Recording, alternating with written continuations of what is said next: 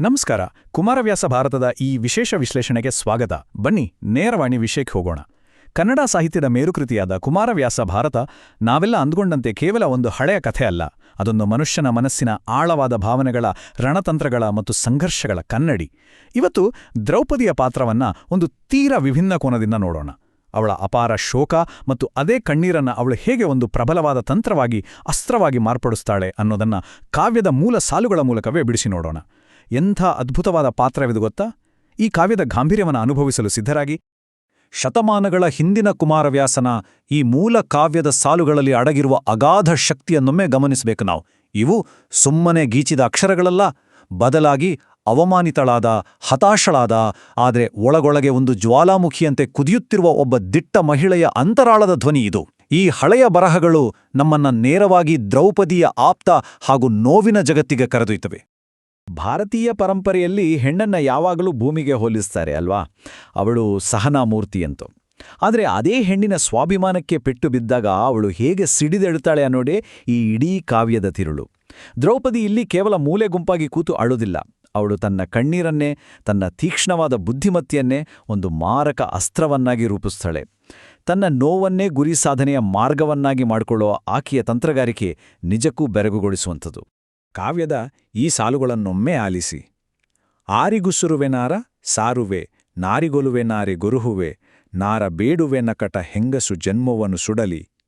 ಅಂದ್ರೆ ತನ್ನ ಕಷ್ಟವನ್ನು ಯಾರಿಗೆ ಹೇಳ್ಕೊಳ್ಳಿ, ಯಾರ ಬಳಿ ಹೋಗ್ಲಿ, ಯಾರನ್ನು ಬೇಡಲಿ, ಅಯ್ಯೋ ಈ ಹೆಣ್ಣು ಜನ್ಮವೇ ಸುಟ್ಟು ಹೋಗ್ಲಿ. ಮುಂದೆ ಹೇಳ್ತಾಳೆ, ಘೋರ ಪಾತಕಿಯನ್ನವಲು ಮನ್ನಾರು ನವೆದವರುಂಟು, ಮರಣವು ಬಾರದಂದೊರಲಿದಳು ಬಸುರನು ಹೊಯ್ದು ಶಶಿವದನೆ. ನನ್ನಂತಹ ಘೋರಪಾಪಿ ಈ ಭೂಮಿಯಲ್ಲಿ ಯಾರಿದ್ದಾರೆ? ಹೀಗೆ ನೊಂದು ಬೆಂದವರು ಬೇರೆ ಯಾರುಂಟು? ನನಗೆ ಸಾವೂ ಬರ್ತಿಲ್ವಲ್ಲ ಅಂತ ಹೊಟ್ಟೆ ಬಡ್ದುಕೊಳ್ತಾ ಆ ಚಂದ್ರಮುಖಿ ರೋಧಿಸ್ತಿದ್ದಾಳೆ. ಕಾವ್ಯದ ಪ್ರತಿಯೊಂದು ಪದವೂ ಆಕೆಯ ಕರುಣಾಜನಕ ಸ್ಥಿತಿಯನ್ನ ನಮ್ಮ ಕಣ್ಣು ಮುಂದೆ ತಂದು ನಿಲ್ಲಿಸುತ್ತೆ. ಮತ್ತು ಈ ಸಾಲುಗಳು ದ್ರೌಪದಿಯ ಸಂಪೂರ್ಣ ಒಂಟಿತನವನ್ನ ಅದ್ಭುತವಾಗಿ ಕಟ್ಟಿಕೊಡುತ್ತವೆ. ಜಗತ್ತೇ ಬೆರಗಾಗುವಂಥ 5 ಜನ ಪರಾಕ್ರಮಿ ಗಂಡಂದಿರಿದ್ರೂ ಅವಳು ದಿಕ್ಕಿಲ್ಲದವಳಾಗಿದ್ದಾಳೆ. ತನಗೆ ತಾನೇ ಘೋರ ಪಾತಕಿ ಅಂತ ಕರೆದುಕೊಳ್ಳುವ ಮಟ್ಟಿಗೆ ಅವಳು ಕುಗ್ಗಿ ಹೋಗಿದ್ದಾಳೆ. ತನಗೆ ಯಾರ ಬೆಂಬಲವೂ ಇಲ್ಲ, ತನ್ನ ನ್ಯಾಯವನ್ನ ತಾನೇ ಪಡೆದುಕೊಳ್ಳಬೇಕನ್ನೋ ಕಟುಸತ್ಯ ಅವಳಿಗೆ ಅರ್ಥವಾದ ನಿರ್ಣಾಯಕ ಕ್ಷಣ ಇದು. ಒಳಗಿನ ದುಃಖದಿಂದ ಹೊರಬಂದು ದ್ರೌಪದಿ ಈಗ ತನ್ನನ್ನ ರಕ್ಷಿಸುವಲ್ಲೇ ವಿಫಲರಾದವರನ್ನ ವಿಮರ್ಶೆ ಮಾಡಕ್ಕೆ ಶುರು ಮಾಡ್ತಾಳೆ. ಯಮಸುತಂಗರುವವೆನೆ ಧರ್ಮ, ಕ್ಷಮೆಯ ಗರ ಹುಡದಿಹರು ಪಾರ್ಥನು, ಮಮತೆಯುಳ್ಳವನೆಂಬೆನೆ ತಮ್ಮಣ್ಣನಾಗ್ನಿಯೇಲ್ ಭ್ರಮಿತನಾಗಿ ಹನು. ಏನು ಇದರರ್ಥ? ಧರ್ಮರಾಯನಿಗೆ ಹೋಗಿ ಹೇಳ, ವೇಸ್ಟ್, ಅವನು ಸದಾ ಧರ್ಮದ ಪಾಶದಲ್ಲಿ ಸಿಲುಕಿದ್ದಾನೆ. ಅರ್ಜುನನಿಗೆ ಹೇಳ, ಅವನಿಗೂ ಕ್ಷಮೆಯನ್ನೋ ವಿಷ ಇರಿದೆ, ಸದಾ ಅಣ್ಣನ ಆಜ್ಞೆಯಲ್ಲಿ ಭ್ರಮಿತನಾಗಿದ್ದಾನೆ. ಇನ್ನು ಮಾದ್ರಿಯ ಮಕ್ಕಳಾದ ನಕುಲ ಸಹದೇವರು ಅಣ್ಣಂದಿರ ಸೇವೆಯಲ್ಲೇ ಮಗ್ನರು. ಅತ್ಯಂತ ಪ್ರಬಲರಾದ 2 ಗಂಡಂದಿರನ್ನ ಅವಳು ಎಷ್ಟು ಸುಲಭವಾಗಿ, ಆದರೆ ಅಷ್ಟೇ ಕಟುವಾಗಿ ರಿಜೆಕ್ಟ್ ಮಾಡ್ತಾಳೆ ಅನ್ನೋದು ತುಂಬಾನೇ ಇಂಟ್ರೆಸ್ಟಿಂಗ್ ಆಗಿದೆ. ಇಲ್ಲಿ ನಾವೊಂದು ಮುಖ್ಯವಾದ ಹೋಲಿಕೆಯನ್ನ ಗಮನಿಸಬೇಕು. ಯುಧಿಷ್ಠಿರನಿಗೆ ನಿಯಮಗಳು ಮತ್ತು ಧರ್ಮವೇ ಸರ್ವಸ್ವ. ಇನ್ನೊಂದೆಡೆ ಅರ್ಜುನನಿಗೆ ಅತಿಯಾದ ತಾಳ್ಮೆ ಮತ್ತು ಕ್ಷಮೆ ಒಂದು ಶಾಪವಾಗಿ ಪರಿಣಮಿಸಿದೆ. ಈ ಇಬ್ಬರ ನಿಷ್ಕ್ರಿಯತೆ ದ್ರೌಪದಿಯ ಈಗಿನ ಪರಿಸ್ಥಿತಿಗೆ, ಅಂದ್ರೆ ತಕ್ಷಣದ ನ್ಯಾಯದ ಹಸಿವಿಗೆ ಯಾವುದೇ ರೀತಿಯಲ್ಲೂ ಉಪಯೋಗವಿಲ್ಲ ಅನ್ನೋದನ್ನು ಅವಳು ಸ್ಪಷ್ಟವಾಗಿ ಅರಿತಿದ್ದಾಳೆ. ಅವಳಿಗೀಗ ಬೇಕಾಗಿರೋದು ತಾಳ್ಮೆಯಲ್ಲ, ಬದಲಾಗಿ ಆಕ್ರೋಶ. 3ನೇ ಹಂತ, ಭೀಮಸೇನನಿಗೆ ಚುಚ್ಚುಮಾತು. ದ್ರೌಪದಿಯ ನಿಜವಾದ ತಂತ್ರಗಾರಿಕೆ ಶುರುವಾಗೋದೇ ಇಲ್ಲಿ. ಕಥೆ ಈಗ ಒಂದು ಅದ್ಭುತ ತಿರುವು ಪಡೆಯುತ್ತೆ. ದ್ರೌಪದಿ ತನ್ನ ಅಸ್ತ್ರವನ್ನ ಅತಿ ಹೆಚ್ಚು ಕೋಪಿಷ್ಟ ಮತ್ತು ಬಲಶಾಲಿಯಾದ ಭೀಮನತ್ತ ತಿರುಗಿಸ್ತಾಳೆ. ಎಲ್ಲರೊಳು ಕಲಿಭೀಮನೇ ಮಿದು ಅವನಿಗೊಲಿಯುವೆನು, ಗೆಲ್ಲವನು ಹೇಳುವೆನು ಬಳಿಕವನಲ್ಲಿ, ಹುರುಳಿಲ್ಲದೊಡೆ ಕುಡಿಯುವೆನು ಘೋರತರ ವಿಷ. ಅಂದ್ರೆ ಎಲ್ಲರಲ್ಲೂ ಈ ಪರಾಕ್ರಮಿ ಭೀಮನೇ ಮೃದುವಾಳ್ಬಿಟ್ಟಿದಾನ. ಅವನಿಗೆ ನನ್ನ ಬಗ್ಗೆ ಕಾಳಜಿ ಇಲ್ವಾ? ಅವನ ಪೌರುಷವೆಲ್ಲ ಏನಾಯ್ತು? ಅವನ ಬಳಿಗೆ ಹೋಗಿ ನನ್ನ ಕಷ್ಟವನ್ನ, ಗೆಲುವಿನ ಮಾರ್ಗವನ್ನ ಹೇಳ್ಕೊತೀನಿ. ಒಂದು ವೇಳೆ ವಾಸ್ತವದಲ್ಲೇ ಅವನಲ್ಲೂ ಆ ಸತ್ವ ಇಲ್ಲ ಅಂತ ಗೊತ್ತಾದ್ರೆ ನಾನು ಘೋರವಾದ ವಿಷವನ್ನ ಕುಡಿದು ಸಾಯ್ತೀನಿ. ಇದು ನೇರವಾಗಿ ಭೀಮನ ಹೃದಯಕ್ಕೆ ಹೋಗಿ ನಾಟುವಂತಹ ಚುಚ್ಚುಮಾತು. ದ್ರೌಪದಿಯ ಈ ಪ್ಲಾನ್ ಇದೆಯಲ್ಲ, ಇದು ಸೈಕಲಾಜಿಕಲಿ ಅತ್ಯಂತ ಬುದ್ಧಿವಂತಿಕೆಯಿಂದ ಕೂಡಿದೆ. ಅವಳು ಭೀಮನ ಕ್ಷಾತ್ರ ತೇಜಸ್ಸಿಗೆ, ಅವನ ಹೆಮ್ಮೆಗೆ ನೇರವಾಗಿ ಪೆಟ್ಟು ಕೊಡ್ತಿದ್ದಾಳೆ. ಏನು, ನೀನು ನಿನ್ನ ಪೌರುಷವನ್ನೇ ಕಳ್ಕೊಂಡಿದ್ದೀಯಾ ಎನ್ನುವಂತಹ ಪರೋಕ್ಷ ಆರೋಪ ಮಾಡುತ್ತಿದ್ದಾಳೆ. ಅಷ್ಟೇ ಅಲ್ಲ, ತಾನು ವಿಷ ಕುಡಿದು ಸಾಯ್ತೀನಿ ಅಂತ ಎಮೋಷನಲ್ ಬ್ಲ್ಯಾಕ್ಮೇಲ್ ಮಾಡಿ ಭೀಮನ ರಕ್ಷಣಾ ಪ್ರವೃತ್ತಿಯನ್ನ ಕೆಣಕಿ ಅವನು ರೊಚ್ಚಿಗೀಳುವಂತೆ ಬಲವಂತಪಡಿಸ್ತಿದ್ದಾಳೆ. ಆ ಚುಚ್ಚುಮಾತುಗಳ ಯೋಚನೆಯ ನಂತರ ಕಥೆ ಕೇವಲ ಆಂತರಿಕ ಮಂಥನದಿಂದ ಹೊರಬಂದು ಭೌತಿಕ ಕ್ರಿಯೆಗೆ ಕಾಲಿಡುತ್ತೆ. ಮಲಗಿರುವ ಸಿಂಹವನ್ನ ಎಚ್ಚರಿಸುವ ಸಮಯವಿದು. ದ್ರೌಪದಿಯ ಒಂಟಿ ರೋಧನ ಈಗ ಭೀಮನೊಂದಿಗಿನ ಮುಖಾಮುಖಿಯಾಗಿ ಬದಲಾಗುತ್ತೆ. ಕಾವ್ಯದ ಗತಿ ಇಲ್ಲಿ ಸಡನ್ನಾಗಿ ವೇಗ ಪಡೆದುಕೊಳ್ತೆ. ಅವಳು ಈಗ ಭೀಮನ ಮಲಗುವ ಕೋಣೆಯನ್ನ ಪ್ರವೇಶಿಸುತ್ತಿದ್ದಾಳೆ. ಆದ್ರೆ ಭೀಮನ ಬಳಿ ಸಾಗುವಾಗ ದ್ರೌಪದಿಗೂ ಒಂದು ಕ್ಷಣ ಅಳುಕು ಮೂಡುತ್ತೆ. ಎಬ್ಬಿಸಲು ಭುಗಿಲೆಂಬನೋ ಮೇಲೆಬ್ಬಳೇತಕ್ಕೆ ಬಂದೆ ಮೊರೆ ಇಡುತ್ತಾ ಎಬ್ಬಿಸಿಯೇ ನೋಡುವೆನೆನುತ ಸಾರಿದಳು ವಲ್ಲಭನ. ಅಂದ್ರೆ ಈ ಮಲಗಿರೋ ಸಿಡಿಮದ್ದನ್ನ ಎಬ್ಬಿಸಿದ್ರೆ ಕೋಪದಿಂದ ಭುಗಿಲೆದ್ದು ಏಕೆ ಬಂದೆ ಇಲ್ಲಿ ಅಂತ ರೇಗುತ್ತಾನೋ ಏನೋ. ಆದ್ರೂ ಪರವಾಗಿಲ್ಲ, ರಿಸ್ಕ್ ತಗೊಂಡು ಎಬ್ಬಿಸಿಯೇ ನೋಡ್ತೀನಿ ಅಂತ ನಿರ್ಧಾರಿಸಿ ದೀರ್ಘವಾಗಿ ನಿಟ್ಟುಸಿರು ಬಿಡುತ್ತಾ ಆಕೆ ತನ್ನ ಪತಿಯ ಬಳಿ ಹೋಗ್ತಾಳೆ. ಈ ಸಾಲುಗಳಲ್ಲಿರುವ ಟೆನ್ಷನ್ ಕಾವ್ಯದ ಜೀವಂತಿಕೆಯನ್ನ ಎತ್ತಿ ತೋರಿಸುತ್ತೆ. ಮೆಲ್ಲ ಮೆಲ್ಲನೆ ಮುಸುಕ ಸಡಿಲಿಸಿ ವಲ್ಲಭೆಯ ಪರವೇನು ಮುಖದಲ್ಲಿ ತಲ್ಲಣವೇ ತೆಲೆದೋರುತ್ತಿದೆ. ತಳುವಿಲ್ಲದು ಸಿರುಳಿ ಕೇಕೆ ಬಂದೆ ಲತಾಂಗಿ ಹೇಳೆಂದ. ಭೀಮನ ಮುಖದ ಮೇಲಿರೋ ಹೊದಿಕೆಯನ್ನ ಅವಳು ಮೆಲ್ಲನೆ ಸರಿಸ್ತಾಳೆ. ನಿದ್ದೆಯಿಂದ ಎಚ್ಚರಗೊಂಡ ಭೀಮ ಕಣ್ಣೀರಿಂದ ನಿಂತಿರೋ ತನ್ನ ಪ್ರೀತಿಯ ಮಡದಿಯನ್ನ ನೋಡ್ತಾನೆ. ಆಗ ಅವನ ಧ್ವನಿ ಮೃದುವಾಗುತ್ತೆ. ಏಕೆ ಬಂದೆ ಪ್ರಿಯೆ? ನಿನ್ನ ಮುಖದಲ್ಲಿ ತಲ್ಲಣವೇಕೆ? ಬಿಡುವಿಲ್ಲದೆ ಉಸಿರು ಬಿಗಿಡಿದು ಏಕೆ ಅಳತಾ ಇದೆಯಾ? ಹೇಳು ಲತಾಂಗಿ ಅಂತ ತುಂಬಾನೇ ಕಳಕಳಿಯಿಂದ ಕೇಳ್ತಾನೆ. ನಿಜಕ್ಕೂ ಇದು ಹೊರಗಿನ ಬಿರುಗಾಳಿಗೆ ಮುನ್ನೆ ಇರೋ ಪ್ರಶಾಂತತೆ ಅಷ್ಟೆ. ಈ ದೃಶ್ಯ ನಮಗೆ ಸ್ಪಷ್ಟವಾಗಿ ತೋರಿಸುತ್ತೆ. ಅವಳ ಕಣ್ಣೀರು ಮತ್ತು ಅವಳು ಮುಸುಕು ಸರಿಸಿದ ಆ ಒಂದು ನಿಕಟ ಕ್ಷಣ ಭೀಮನೊಳಗಿನ ಮಲಗಿದ್ದ ಶಕ್ತಿಯನ್ನ ಜಾಗೃತಗೊಳಿಸುವ ಘರ್ಷಣೆಯನ್ನ ಸೃಷ್ಟಿ ಮಾಡುತ್ತೆ. ಅವಳ ದುರ್ಬಲತೆಯೇ ಇಲ್ಲಿ ಭೀಮನ ಅಪ್ರತಿಮ ಶಕ್ತಿಯನ್ನ ಬಡಿದಬ್ಬಿಸುವ ಅತೀದೊಡ್ಡ ಪ್ರಬಲ ಸಾಧನ ಆಗತ್ತೆ. 5ನೇ ಹಂತ ಕೀಚಕನ ದೌರ್ಜನ್ಯದ ಕಥೆ. ಇಲ್ಲಿಂದ ಕೋಪದ ಸ್ಫೋಟ ಶುರುವಾಗುತ್ತೆ. ಈಗ ಕಥೆಯ ಅತ್ಯಂತ ತೀವ್ರವಾದ ಘಟ್ಟ ಎದುರಾಗಿದೆ. ದ್ರೌಪದಿ ತನ್ನ ಮೇಲಾದ ಆ ಘೋರ ದೌರ್ಜನ್ಯವನ್ನ ಭೀಮನ ಮುಂದೆ ಬಿಚ್ಚಿಡಿತಾಳೆ. ನಿನ್ನೆ ಹಗಲೆರೆಯೆಟ್ಟಿ ಕೀಚಕ ಕುಣ್ಣಿಯೊದೆದನು ರಾಜಸಭೆಯಲ್ಲಿ. ನಿನ್ನ ಬದುಕುಬಾಳು ಪಾಠಕ ನಿನ್ನ ತಾಗದೆ ಮಾನದೆನಲ ಭೀಮ ಮಿತಿಗೊಂಡ. ಅಂದ್ರೆ ನಿನ್ನೆ ಹಾಡು ಹಗಲೇ ಆ ಕೀಚಕ ಅನ್ನೋ ಕುಣ್ಣಿ ನನ್ನನ್ನ ಅಟ್ಟಿಸ್ಕೊಂಡು ಬಂದು ಇಡೀ ರಾಜಸಭೆಯಲ್ಲಿ ಎಲ್ಲರ ಮುಂದೆ ಒದ್ದನು. ಭೀಮ, ನನ್ನ ಈ ಸ್ಥಿತಿಯನ್ನ ನೋಡಿಯೂ ನಿನ್ನ ಈ ತೋಳ ಬಲವಿದ್ದೇನು ಲಾಭ? ನನ್ನನ್ನ ರಕ್ಷಿಸಲಾಗದಿದ್ದರೆ ನಿನ್ನ ಈ ಬದುಕು ಪಾಳುಬಿದ್ದಂತಲ್ವಾ ಅಂತ ಗುಡುಕ್ತಾಳೆ. ಈ ಮಾತುಗಳನ್ನ ಕೇಳಿದ ಭೀಮನ ಕೋಪ ಮಿತಿಮೀರಿ ಹೋಗುತ್ತೆ. ಕೀಚಕ ತನಗೆ ರಾಜಸಭೆಯಲ್ಲಿ ಮಾಡಿದ ಬಹಿರಂಗ ಅವಮಾನವನ್ನ ದ್ರೌಪದಿ ಕಣ್ಣಿಗೆ ಕಟ್ಟುವಂತೆ ವಿವರಿಸ್ತಾಳೆ. ಆ ಇಡೀ ದೃಶ್ಯ ಭೀಮನ ಕಣ್ಣು ಮುಂದೆ ರೀಪ್ಲೇ ಆಗುವಂತೆ ಮಾಡ್ತಾಳೆ.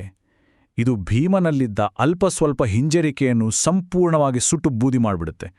ತನ್ನ ಅವಮಾನವನ್ನೇ ಒಂದು ಹರಿತವಾದ ಬ್ರಹ್ಮಾಸ್ತ್ರದ ಹಾಗೆ ಅವಳಿಲ್ಲಿ ಪ್ರಯೋಗಿಸಿದ್ದಾಳೆ. 6ನೆಯ ಹಂತ ಸೇಡಿನ ಕಿಡಿ. ಆ ಒಂದು ರಕ್ತ ಸಿಕ್ತ ಒಪ್ಪಂದ. ಸೇಡಿನ ಕಿಡಿ ಈಗ ಸಂಪೂರ್ಣವಾಗಿ ಹೊತ್ಕೊಂಡಿದೆ. ಪತಿಪತ್ನಿಯರ ನಡುವೆ ಒಂದು ರಕ್ತಸಿಕ್ತ ಒಪ್ಪಂದ ಏರ್ಪಡ್ತಿದೆ. ಭೀಮ ಅಭಯ ನೀಡಿದ ಮೇಲೆ ನೋಡಿ ದ್ರೌಪದಿಯ ಧ್ವನಿ ಹೇಗೆ ಬದಲಾಗುತ್ತೆ ಅಂತ. ರಮಣಿ ಕೇಳುಳಿದವರು ತೊನ್ನನು ರಮಿಸುವರು, ಸಮತೆಯನ್ನು ಬೀಳ್ಕೊಂಡು ಕುಠಾರನ ಯಮನ ಕಾಣಿಸಿ ಕರುಣಿಸೆಂದಳು ಕಾಂತ ಕೈಮುಗಿದು. ಆ ಕೀಚಕನಿಗೆ ಯಮನ ದರ್ಶನ ಮಾಡಿಸು, ನನ್ನನ್ನ ಕರುಣಿಸು ಅಂತ ತನ್ನ ಪತಿಗೆ ಕೈಮುಗಿದು ಬೇಡ್ಕೊಳ್ತಾಳೆ.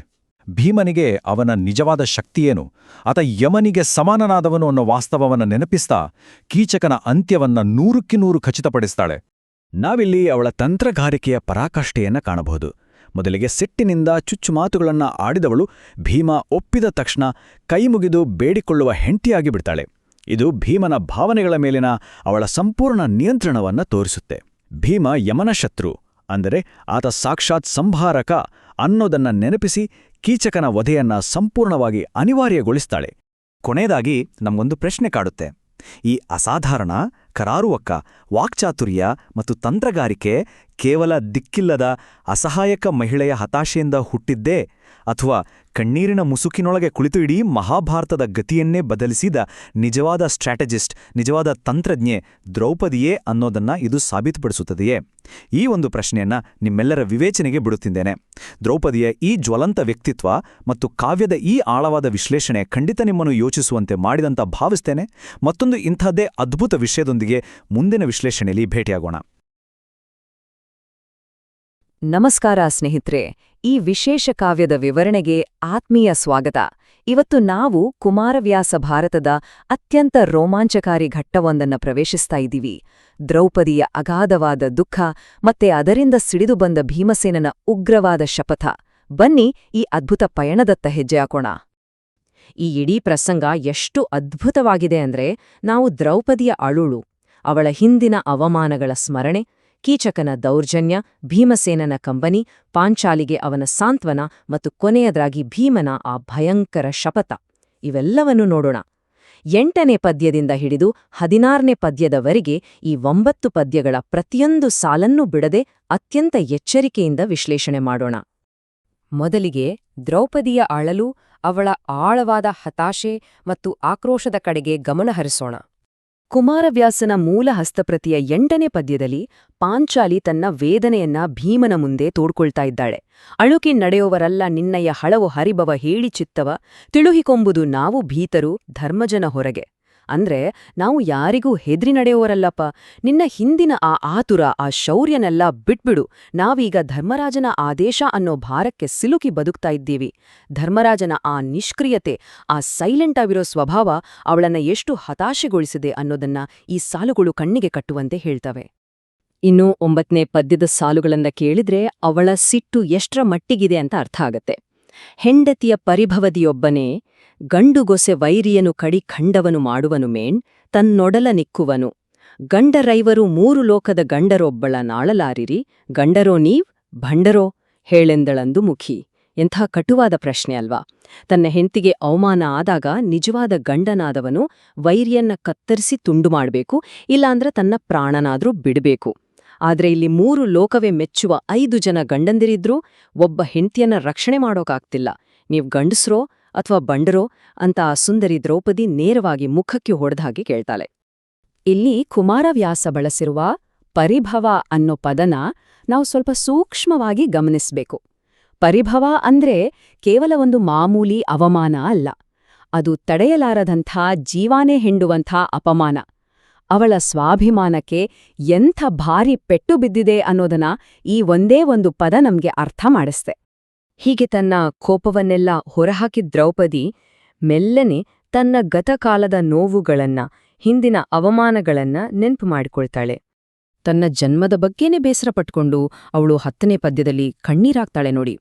ಹುಟ್ಟಿ ಪರಿಭವ ಕೊಸಗವೇ ತಮ್ಮಣ್ಣನಾಗ್ನೆಯ ಮೀರಿ ಕುಂತಿಯ ಚಿಣ್ಣ, ಬದುಕಿದನೆಂದು ನುಡಿವರು ಕುಜನರಾದವರು, ಅಣ್ಣನವರಿಗೆ ದೂರುವುದು ನಾ ಪುಟ್ಟಿದುರಿಯವು, ರಾಯಣಾಗ್ನೆಯ ಕಣ್ಣಿಯಲ್ಲಿ ಬಿಗಿವಡೆದು ಕೆಡೆದವು ಕಾಂತ ಕೇಳೆ ಎಂದ. ನಾನು ರಾಜಕುಮಾರಿಯಾಗಿ ಹುಟ್ಟಿದ್ರೂ ಕೇವಲ ಈ ತರಹದ ಅವಮಾನಗಳನ್ನೇ ಎದುರಿಸೋಕೆನೆ ಜನ್ಮ ತಾಳಿದ್ದೀನಾ? ಆ ಧರ್ಮರಾಜನ ಆಜ್ಞೆ ಅನ್ನೋ ಕಟ್ಟುಪಾಡಿನಲ್ಲಿ ಸಿಕ್ಕಿ ಈ ನರಕ ಅನುಭವಿಸುವಂತಾಗಿದೆಯಂತ ಮಮ್ಮಲ ಮರುಗುತ್ತಾಳೆ. ಅಲ್ಲಿಗೆ ನಿಲ್ಲಲ್ಲ. 11ನೇ ಪದ್ಯದ ಈ ಸಾಲುಗಳು ಎಂಥವರ ಕರುಳನ್ನು ಹಿಂಡಿಬಿಡತೆ. ಇನ್ನು ಹುಟ್ಟದೇ ಇರಲಿ ನಾರಿಯರೆನ್ನವಲು ಭಂಗಿತರು ಭುವನದೊಳನ್ನು, ಜನಿಸಲಬೇಡ ಗಂಡರು ಭೀಮಸನ್ನಿಭರೋ, ಎನ್ನವಲು ಪಾಂಡವರವಲು ಸಂಪನ್ನ ದುಃಖಿಗಳಾರು, ನವೆದರು ಮುನ್ನಿನವರೊಳಗಿಂದು, ದ್ರೌಪದಿ ಹಿರಿದು ಹಲುಬಿದಳೋ. ತನ್ನಂತೆ ಅವಮಾನ ಅನುಭವಿಸುವ ಹೆಣ್ಣು ಈ ಪ್ರಪಂಚದಲ್ಲಿ ಇನ್ನು ಮುಂದೆ ಹುಟ್ಟಲೇಬಾರದು. ಭೀಮನಂತ ಬಲ ಇದ್ರೂ ಏನೂ ಮಾಡಲಾಗದ ಗಂಡಂದರು ಹುಟ್ಟುಬಾರ್ದು. ತನ್ನಷ್ಟು ಮತ್ತು ಪಾಂಡವರಷ್ಟು ಶ್ರೇಷ್ಠ ಮಟ್ಟದ ದುಃಖ ಅನುಭವಿಸಿದವರು ಈ ಜಗತ್ತಿನಲ್ಲಿ ಬೇರೆ ಯಾರಿದ್ದಾರೆ ಹೇಳಿ ಅಂತ ಬಿಕ್ಕಿ ಬಿಕ್ಕಿ ಅಳ್ತಾಳೆ ಪಾಂಚಾಲಿ. ಈ 2 ಪದ್ಯಗಳ ಒಟ್ಟು ತಾತ್ಪರ್ಯ ಇಷ್ಟೇ. ಅವಳ ದುಃಖದ ಹೊರೆ 3 ಲೋಕಗಳಲ್ಲೂ ಸಾಟಿಯಿಲ್ಲದ್ದು.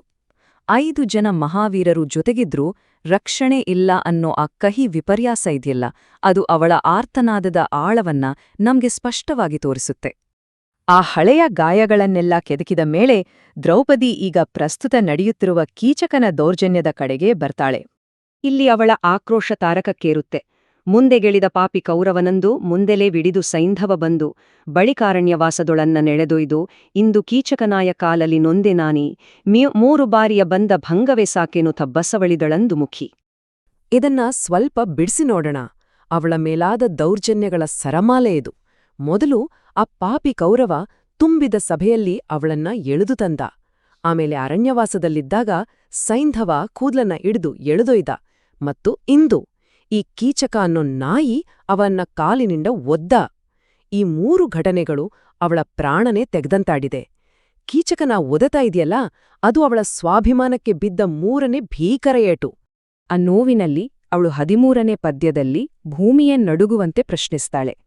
ಕಾಲೆಯಮ್ಮ ಕೆರಳಿದೊಡೆ ಮುರಿವೆಚ್ಚಾಳುತನದವರೆನ್ನನೊಬ್ಬಳ ನಾಳಲಾರಿರಿ ಪಾಪಿಗಳೆರಪ ಕೀರ್ತಿಗಳು ಸಿರಲ, ತೋಳಹೊರೆ ನಿಮಗೇಕೆ, ಭೂಮಿಪಾಲ ವಂಶದೊಳುದಿಸಲೇಕೆ, ಕೂಳುಗೇಡಿಂಗೊಡಲ ಹೊರುವಿರಿ ಎಂದಳಂದು ಮುಖಿ. ಸಾಕ್ಷಾತ್ ಯಮನೆ ಬಂದ್ರೂ ಮುರಿದು ಹಾಕುವಂತಹ ಶಕ್ತಿ ನಿಮಗಿದೆ, ಆದ್ರೆ ಒಬ್ಬ ಹೆಂಡತಿಯನ್ನ ರಕ್ಷಣೆ ಮಾಡೋಕಾಗ್ತಿಲ್ಲ ಅಂದಮೇಲೆ ಅಪಕೀರ್ತಿ ಹೊತ್ತ ಪಾಪಿಗಳೇ, ನಿಮ್ಗೀ ತೋಳ್ಬಲದ ಹೊರೆ ಯಾಕೆ ಬೇಕು? ರಾಜವಂಶದಲ್ಲಿ ಯಾಕೆ ಹುಟ್ಟಿದ್ರಿ ನೀವು? ಅನ್ನಕ್ಕೂ ಗತಿ ಇಲ್ಲದವರ ತರಹ ಈ ವ್ಯರ್ಥವಾದ ದೇಹನ ಯಾಕೆ ಹೊತ್ಕೊಂಡಿದ್ದೀರಾ ಅಂತ ಎದೆ ಸೀಳುವಾಗೆ ಕೇಳ್ತಾಳೆ. ಇಷ್ಟೆಲ್ಲ ಕಟುವಾದ ಮಾತುಗಳನ್ನ ಕೇಳಿದ ಮೇಲೆ ಆ ಭೀಮಸೇನ ಸುಮ್ಮನಿರಲು ಸಾಧ್ಯನಾ? ಇಲ್ಲೇ ಶುರುವಾಗೋದು ಆ ಮೌನ ಜ್ವಾಲಾಮುಖಿ. ಕಾವ್ಯದ 13ರಿಂದ 16ನೇ ಪದ್ಯಗಳ ಭಾಗವನ್ನ ನಾವು ಗಮನಿಸಿದರೆ ಆ ಗಟ್ಟಿ ಗುಂಡಿಗೆಯ ಭೀಮನ ಭಾವನಾತ್ಮಕ ಕಟ್ಟೆ ಒಡೆಯುವ ದೃಶ್ಯವನ್ನ ಕಣ್ತುಂಬಿಕೊಳ್ಳಬಹುದು. ದ್ರೌಪದಿಯ ಆ ಸುಡುವ ಮಾತುಗಳಿಗೆ ಭೀಮನ ಪ್ರತಿಕ್ರಿಯೆ ಹೇಗಿತ್ತು? 14ನೇ ಪದ್ಯದಲ್ಲಿ ವ್ಯಾಸರು ಬರಿತಾರೆ, ಎನಲು ಕಂಬನಿಯೊಂಬಿದನು ಕಡು ನೆನೆದುದಂತಹ ಕರಣ, ರೋಷದ ಘನತೆ ಹೆಚ್ಚಿತು ಹಗೆಗಳನ್ನು ಹಿಂದಿದನು ಮನದೊಳಗೆ, ತನುಪುಳಕ ಉಬ್ಬರಿಸಿ ಮೆಲ್ಲನೆ ವನಿತೆಯನು ತೆಗೆದಪ್ಪಿದನು, ಕಂಬನಿಯ ದೊಡೆದನು ಸೆರಗಿನಲ್ಲಿ ಕಲಿಭೀಮ ಮಾನಿನಿಯ. ಆ ಮಾತುಗಳನ್ನ ಕೇಳ್ತಿದ್ದ ಹಾಗೆ ಮಹಾಬಲಶಾಲಿ ಭೀಮಸೇನನ ಕಣ್ಣಿನಿಂದ ಬಿಸಿ ಕಣ್ಣೀರು ಸುರಿಯೋಕ್ ಶುರುವಾಯಿತು. ಮೈ ರೋಮಾಂಚನಗೊಂಡು ಮೆಲ್ಲನೆ ಹೆಂಡತಿಯನ್ನ ಅಪ್ಪಿಕೊಂಡು ಅವಳ ಕಣ್ಣೀರನ್ನ ತನ್ನ ಸೆರಗಿನಿಂದ ಒರೆಸಿದ. ಇಲ್ಲಿ ಕಂಬನಿಯೊಂಬಿದನು ಅನ್ನೋ ಪದ ಬಹಳ ಅದ್ಭುತವಾಗಿದೆ. ಇದೊಂದು ವಿಶಿಷ್ಟವಾದ ಕಣ್ಣೀರು. ಒಂದೆಡೆ ತಾನು ಪ್ರೀತಿಸುವ ಪಾಂಚಾಲಿಯ ಮೇಲಿನ ಅಪಾರವಾದ ಕರುಣೆ, ನೋವು, ಇನ್ನೊಂದೆಡೆ ಆ ಕೀಚಕನ ಮೇಲೆ ಭುಗಿಲೇಳ್ತಿರುವ ಅಸಾಧ್ಯವಾದ ಕೋಪ. ಈ ಕರುಣೆ ಮತ್ತು ಕ್ರೋಧಗಳ ಅಪರೂಪದ ಸಂಗಮವೇ ಆ ಕಂಬನಿ. ಆ ಸಿಟ್ಟಿನ ಮಧ್ಯೆಯೂ ಪಾಂಚಾಲಿಗೆ ಸಾಂತ್ವನ ಏಳುವ ಒಂದು ಕರುಣಾಮಯಿ ಕ್ಷಣವನ್ನ ನಾವಿಲ್ಲಿ ನೋಡಬಹುದು. 15ನೇ ಪದ್ಯದಲ್ಲಿ ಭೀಮನ ಆ ಕೋಮಲ ಸ್ಪರ್ಶದ ವರ್ಣನೆ ಇದೆ. ಕುರುಳ ನೇವರಿಸಿದನೂ ಗಲ್ಲವ ಸೊರಸಿ, ಮುಂದಾಡಿದನೂ ಮಂಚದ ಹೊರೆಯ ಗಿಂಡಿಯ ನೀರಿನಲ್ಲಿ ತೊಳೆದನು ಮುಖಾಂಬುಜವ, ಅರಸಿ ಬಿಡು ಬಿಡು ಖಾತಿಯನು ವಿಸ್ತರಿಸಲೇಕೆಮ್ಮಣ್ಣನಾಜ್ಞೆಯ ಗೆರೆಯ, ದಾಂಟಿದನು ಹೋಗೆಂದನ ಭೀಮಾ. ಆ ದೈತ್ಯ ಭೀಮ ತನ್ನ ಹೆಂಡತಿಯ ಮುಂಗುರುಳನ್ನ ಸರಿಪಡಿಸಿ ಕಣ್ಣೀರು ಒರೆಸಿ ಮಂಚದ ಮೇಲೆ ಕೂರಿಸ್ತಾನೆ. ಪಕ್ಕದಲ್ಲಿದ್ದ ಗಿಂಡಿಯ ನೀರಿನಿಂದ ಅವಳ ಕಮಲದಂಥ ಮುಖವನ್ನ ತೊಳೆಯುತ್ತಾನೆ. ರಾಣಿ, ನಿನ್ನ ಕೋಪವನ್ನ ಬಿಟ್ಟುಬಿಡು, ಆ ಧರ್ಮರಾಜನ ಆಜ್ಞೆಯ ಗೆರೆಯನ್ನ ನಾನು ಈ ಕ್ಷಣವೇ ದಾಟಿದ್ದೇನೆ ಅಂತ ಅವಳಿಗೆ ಅಭಯ ನೀಡ್ತಾನೆ. ಈ ಸಾಂತ್ವನದ ನಂತರ ಶುರುವಾಗಿದೆ ಇಡೀ ಮಹಾಕಾವ್ಯದ ದಿಕ್ಕನ್ನೇ ಬದಲಿಸುವ ಭೀಮನ ಆ ಭಯಂಕರ ಶಪಥ. 16ನೇ ಪದ್ಯದ ಮೊದಲ ಸಾಲು ಬಸುಲ ಬಗೆವೆನು ಕೀಚಕನ. ಎಂತಹ ಪ್ರಬಲವಾದ ಗುಡುಗಿನಂತ ಮಾತು ಅಲ್ವಾ? ಆ ಕೀಚಕನ ಹೊಟ್ಟೆಯನ್ನೇ ಬಗಿತೇನೆ ಅಂತ ನೇರವಾಗಿ ಉಗ್ರವಾದ ಶಪಥವನ್ನು ಮಾಡ್ತಾನೆ ಭೀಮ. ಬರೀ ಕೀಚಕನಿಗೆ ಮಾತ್ರ ಅಲ್ಲ, ನಸು ಮಿಸುಕಿದೊಡೆ ವೈರಾಟ ವಂಶದ ಹೆಸರ ತೊಡೆವೆನು, ನಮ್ಮ ನರಿದೊಡೆ ಕೌರವ ವ್ರಜವ ಕುಸುರಿದರಿವೆನು. ಅಂದ್ರೆ ಆ ಕೀಚಕನನ್ನ ಉಳಿಸೋಕೆ ಯಾರೇ ಸ್ವಲ್ಪ ಅಡ್ಡಿಪಡಿಸಿದ್ರೂ ಸರಿ, ಇಡೀ ವಿರಾಟರಾಜನ ವಂಶವನ್ನೇ ಸರ್ವನಾಶ ಮಾಡಿ ಅವರ ಹೆಸರನ್ನೇ ಅಳಿಸಾಕ್ತೀನಿ, ಕೌರವರು ಏನಾದ್ರೂ ಬಂದ್ರೆ ಅವರನ್ನೂ ಹುಡಿಗಟ್ಟುತ್ತೇನೆ ಅನ್ನೋ ಸಿಂಹಗರ್ಜನೆ ಇಲ್ಲಿ ಕೇಳಿಬರುತ್ತೆ. ತನ್ನ ಅಸ್ತಿತ್ವವ, ಹೆಸರು ಎಲ್ಲವನ್ನೂ ಪಣಕ್ಕಿಟ್ಟು ಭೀಮ ಈ ಪ್ರತಿಜ್ಞೆ ಮಾಡ್ತಾನೆ. ಮುಸುಡನ ಮರುತ್ರಿಯಲಿತೇವೆನು ದೇವಸಂತತಿಯ ಎಂದು ಹೇಳುವ ಮೂಲಕ ಈ ರಕ್ತಸಿಕ್ತವಾದ ಸೇಡಿನ ಕ್ರಿಯೆಯಲ್ಲಿ ತನ್ನ ಸರ್ವಸ್ವವನ್ನು ಮುಡಿಪಾಗಿಡ್ತಿದ್ದಾನೆ ಅನ್ನೋದು ಇಲ್ಲಿ ಸ್ಪಷ್ಟವಾಗುತ್ತೆ. ಮೊದಲಿಗೆ ದ್ರೌಪದಿಯ ಅಳಲು, ಅವಳ ಆಳವಾದ ಹತಾಶೆ ಮತ್ತು ಆಕ್ರೋಶದ ಕಡೆಗೆ ಗಮನ ಹರಿಸೋಣ. ಕುಮಾರವ್ಯಾಸನ ಮೂಲ ಹಸ್ತಪ್ರತಿಯ 8ನೇ ಪದ್ಯದಲ್ಲಿ ಪಾಂಚಾಲಿ ತನ್ನ ವೇದನೆಯನ್ನ ಭೀಮನ ಮುಂದೆ ತೋಡ್ಕೊಳ್ತಾ ಇದ್ದಾಳೆ. ಅಳುಕಿ ನಡೆಯುವರಲ್ಲ ನಿನ್ನಯ ಹಳವು ಹರಿಬವ ಹೇಳಿ ಚಿತ್ತವ, ತಿಳುಹಿಕೊಂಬುದು ನಾವು ಭೀತರು ಧರ್ಮಜನ ಹೊರಗೆ. ಅಂದ್ರೆ ನಾವು ಯಾರಿಗೂ ಹೆದ್ರಿ ನಡೆಯುವರಲ್ಲಪ್ಪ, ನಿನ್ನ ಹಿಂದಿನ ಆ ಆತುರ, ಆ ಶೌರ್ಯನೆಲ್ಲ ಬಿಟ್ಬಿಡು, ನಾವೀಗ ಧರ್ಮರಾಜನ ಆದೇಶ ಅನ್ನೋ ಭಾರಕ್ಕೆ ಸಿಲುಕಿ ಬದುಕ್ತಾ ಇದ್ದೀವಿ. ಧರ್ಮರಾಜನ ಆ ನಿಷ್ಕ್ರಿಯತೆ, ಆ ಸೈಲೆಂಟ್ ಆಗಿರೋ ಸ್ವಭಾವ ಅವಳನ್ನ ಎಷ್ಟು ಹತಾಶೆಗೊಳಿಸಿದೆ ಅನ್ನೋದನ್ನ ಈ ಸಾಲುಗಳು ಕಣ್ಣಿಗೆ ಕಟ್ಟುವಂತೆ ಹೇಳ್ತವೆ. ಇನ್ನು 9ನೇ ಪದ್ಯದ ಸಾಲುಗಳನ್ನ ಕೇಳಿದ್ರೆ ಅವಳ ಸಿಟ್ಟು ಎಷ್ಟರ ಮಟ್ಟಿಗಿದೆ ಅಂತ ಅರ್ಥ ಆಗತ್ತೆ. ಹೆಂಡತಿಯ ಪರಿಭವದಿಯೊಬ್ಬನೇ ಗಂಡುಗೊಸೆ ವೈರಿಯನು ಕಡಿ ಖಂಡವನು ಮಾಡುವನು ಮೇಣ್, ತನ್ನೊಡಲ ನಿಕ್ಕುವನು. ಗಂಡರೈವರು 3 ಲೋಕದ ಗಂಡರೊಬ್ಬಳ ನಾಳಲಾರಿರಿ, ಗಂಡರೋ ನೀವ್ ಭಂಡರೋ ಹೇಳೆಂದಳಂದು ಮುಖಿ. ಎಂಥ ಕಟುವಾದ ಪ್ರಶ್ನೆ ಅಲ್ವಾ? ತನ್ನ ಹೆಂಡತಿಗೆ ಅವಮಾನ ಆದಾಗ ನಿಜವಾದ ಗಂಡನಾದವನು ವೈರಿಯನ್ನ ಕತ್ತರಿಸಿ ತುಂಡು ಮಾಡ್ಬೇಕು, ಇಲ್ಲಾಂದ್ರೆ ತನ್ನ ಪ್ರಾಣನಾದ್ರೂ ಬಿಡಬೇಕು. ಆದ್ರೆ ಇಲ್ಲಿ 3 ಲೋಕವೇ ಮೆಚ್ಚುವ 5 ಜನ ಗಂಡಂದಿರಿದ್ರೂ ಒಬ್ಬ ಹೆಂಡತಿಯನ್ನ ರಕ್ಷಣೆ ಮಾಡೋಕಾಗ್ತಿಲ್ಲ. ನೀವ್ ಗಂಡಸ್ರೋ ಅಥವಾ ಬಂಡರೋ ಅಂತ ಆ ಸುಂದರಿ ದ್ರೌಪದಿ ನೇರವಾಗಿ ಮುಖಕ್ಕೆ ಹೊಡೆದ ಹಾಗೆ ಕೇಳ್ತಾಳೆ. ಇಲ್ಲಿ ಕುಮಾರವ್ಯಾಸ ಬಳಸಿರುವ ಪರಿಭವ ಅನ್ನೋ ಪದನ ನಾವು ಸ್ವಲ್ಪ ಸೂಕ್ಷ್ಮವಾಗಿ ಗಮನಿಸ್ಬೇಕು. ಪರಿಭವ ಅಂದ್ರೆ ಕೇವಲ ಒಂದು ಮಾಮೂಲಿ ಅವಮಾನ ಅಲ್ಲ, ಅದು ತಡೆಯಲಾರದಂಥ ಜೀವಾನೇ ಹಿಂಡುವಂಥ ಅಪಮಾನ. ಅವಳ ಸ್ವಾಭಿಮಾನಕ್ಕೆ ಎಂಥ ಭಾರಿ ಪೆಟ್ಟು ಬಿದ್ದಿದೆ ಅನ್ನೋದನ್ನ ಈ ಒಂದೇ ಒಂದು ಪದ ನಮ್ಗೆ ಅರ್ಥ ಮಾಡಿಸ್ತೆ. ಹೀಗೆ ತನ್ನ ಕೋಪವನ್ನೆಲ್ಲ ಹೊರಹಾಕಿದ ದ್ರೌಪದಿ ಮೆಲ್ಲನೆ ತನ್ನ ಗತಕಾಲದ ನೋವುಗಳನ್ನ, ಹಿಂದಿನ ಅವಮಾನಗಳನ್ನ ನೆನ್ಪು ಮಾಡಿಕೊಳ್ತಾಳೆ. ತನ್ನ ಜನ್ಮದ ಬಗ್ಗೆನೇ ಬೇಸರ ಪಟ್ಕೊಂಡು ಅವಳು 10ನೇ ಪದ್ಯದಲ್ಲಿ ಕಣ್ಣೀರಾಗ್ತಾಳೆ ನೋಡಿ. ಹುಟ್ಟಿ ಪರಿಭವ ಕೊಸಗವೇ ತಮ್ಮಣ್ಣನಾಗ್ನೆಯ ಮೀರಿ ಕುಂತಿಯ ಚಿಣ್ಣ, ಬದುಕಿದನೆಂದು ನುಡಿವರು ಕುಜನರಾದವರು, ಅಣ್ಣನವರಿಗೆ ದೂರುವುದು ನಾ ಪುಟ್ಟಿದುರಿಯವು, ರಾಯಣಾಗ್ನೆಯ ಕಣ್ಣಿಯಲಿ ಬಿಗಿವಡೆದು ಕೆಡೆದವು ಕಾಂತ ಕೇಳೆ ಎಂದ. ನಾನು ರಾಜಕುಮಾರಿಯಾಗಿ ಹುಟ್ಟಿದ್ರೂ ಕೇವಲ ಈ ತರಹದ ಅವಮಾನಗಳನ್ನೇ ಎದುರಿಸೋಕೆನೆ ಜನ್ಮ ತಾಳಿದ್ದೀನಾ? ಆ ಧರ್ಮರಾಜನ ಆಜ್ಞೆ ಅನ್ನೋ ಕಟ್ಟುಪಾಡಿನಲ್ಲಿ ಸಿಕ್ಕಿ ಈ ನರಕ ಅನುಭವಿಸುವಂತಾಗಿದೆಯಂತ ಮಮ್ಮಲ ಮರುಗುತ್ತಾಳೆ. ಅಲ್ಲಿಗೆ ನಿಲ್ಲಲ್ಲ. 11ನೇ ಪದ್ಯದ ಈ ಸಾಲುಗಳು ಎಂಥವರ ಕರುಳನ್ನು ಹಿಂಡಿಬಿಡತ್ತೆ. ಇನ್ನು ಹುಟ್ಟದೇ ಇರಲಿ ನಾರಿಯರೆನ್ನವೊಲು ಭಂಗಿತರು ಭುವನದೊಳೊನ್ನು, ಜನಿಸಲಬೇಡ ಗಂಡರು ಭೀಮಸನ್ನಿಭರೋ, ಎನ್ನವೊಲು ಪಾಂಡವರವೊಲು ಸಂಪನ್ನ ದುಃಖಿಗಳಾರು, ನವೆದರು ಮುನ್ನಿನವರೊಳಗಿಂದು, ದ್ರೌಪದಿ ಹಿರಿದು ಹಲುಬಿದಳೋ. ತನ್ನಂತೆ ಅವಮಾನ ಅನುಭವಿಸುವ ಹೆಣ್ಣು ಈ ಪ್ರಪಂಚದಲ್ಲಿ ಇನ್ನು ಮುಂದೆ ಹುಟ್ಟಲೇಬಾರದು. ಭೀಮನಂತ ಬಲ ಇದ್ರೂ ಏನೂ ಮಾಡಲಾಗದ ಗಂಡಂದರು ಹುಟ್ಟುಬಾರದು. ತನ್ನಷ್ಟು ಮತ್ತು ಪಾಂಡವರಷ್ಟು ಶ್ರೇಷ್ಠ ಮಟ್ಟದ ದುಃಖ ಅನುಭವಿಸಿದವರು ಈ ಜಗತ್ತಿನಲ್ಲಿ ಬೇರೆ ಯಾರಿದ್ದಾರೆ ಹೇಳಿ ಅಂತ ಬಿಕ್ಕಿ ಬಿಕ್ಕಿ ಅಳ್ತಾಳೆ ಪಾಂಚಾಲಿ. ಈ 2 ಪದ್ಯಗಳ ಒಟ್ಟು ತಾತ್ಪರ್ಯ ಇಷ್ಟೇ.